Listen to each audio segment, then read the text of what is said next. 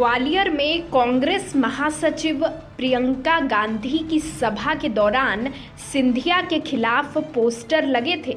प्रियंका गांधी ने मंत्री सिंधिया पर बयान भी दिया था। इसके जवाब में ज्योतिरादित्य सिंधिया ने प्रियंका गांधी को अपना अतिथि बताया। जी हां, उन्होंने कहा कि मुझे प्रमाण पत्र देने की जरूरत नहीं। अगर परेशानी थी तो कांग्रेस ने मेरे पिताजी और मुझे क्यों लिया। देखिए, जो भी हमारे मेहमान आते हैं ग्वालियर, उनका स्वागत और स्वागत के साथ साथ शायद पहली बार ग्वालियर आई हैं तो उनका स्वागत सत्कार, लेकिन जो मंच पे दूसरे लोग थे शायद उनकी आंखों में अब ग्वालियर का बदलता हुआ सूरज झलक रहा है और स्वयं शायद देख पाएं, लेकिन वे भी जैसे पूर्व में ग्वालियर में केवल मेहमान की तरह आते थे, आज कल के कार्यक्रम में भी वे लोग भी कई नेता जो उस मंच को साझा कर रहे थे, कार्यक्रम समाप्त होते ही वापस चले गए हैं। शायद आपके जरिए वो दृश्य, बदलता हुआ ग्वालियर का दृश्य वो देख पाए। और अगर कांग्रेस की सरकार होती तो मैं आपसे प्रश्न करना चाहता हूं, क्या ये सब संभव हो पाता?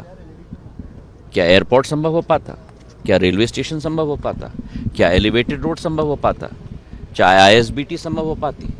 चाहे 1000 बिस्तर का अस्पताल संभव हो पाता? मुख्यमंत्री शिवराज सिंह जी की सरकार, प्रधानमंत्री जी की सरकार विकास और प्रगति पर केंद्रित है और उसका सबसे बेहतरीन उदाहरण आप और हम स्वयं गवाह हैं कि जिस तरीके से कोरोना काल में देखते हुए भी ग्वालियर बदल रहा है। और आपका जो सपना था, आपके सुझाव जो आते थे मेरे पास, आज उन पर साकार रूप से हम लोग कार्य कर रहे हैं और बदलता हुआ ग्वालियर के गवाह आप लोग भी स्वयं हैं। उन्होंने स्वयं देख लिया कि उपचुनाव में जनता ने क्या निर्णय लिया। वर्तमान में अधिकतम सीट्स भारतीय जनता पार्टी की है ग्वालियर चंबल संभाग में। कांग्रेस ने उपचुनाव में अगर कुछ संभव कर पाया है तो अपना पूर्ण बेस समाप्त कर दिया है कांग्रेस ने। जो 26 सीट पे कांग्रेस थी, आज 16 सीट पे टिक चुकी है। तो किस भाव की आप बात कर रहे हैं? उनको अपना भाव मुबारक। जनता मेरा भगवान है, जनता निर्णय लेगी, जो जनता निर्णय लेगी सिरमाते हैं। हम अपने धर्म और अपने कर्म के कार्य पे चले हैं, विकास और प्रगति के काम पे चले।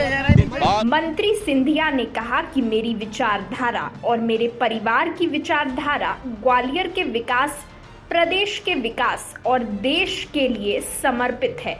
जो लोग मंच पर बैठे थे उनको मुझे प्रमाण पत्र देने की जरूरत नहीं है।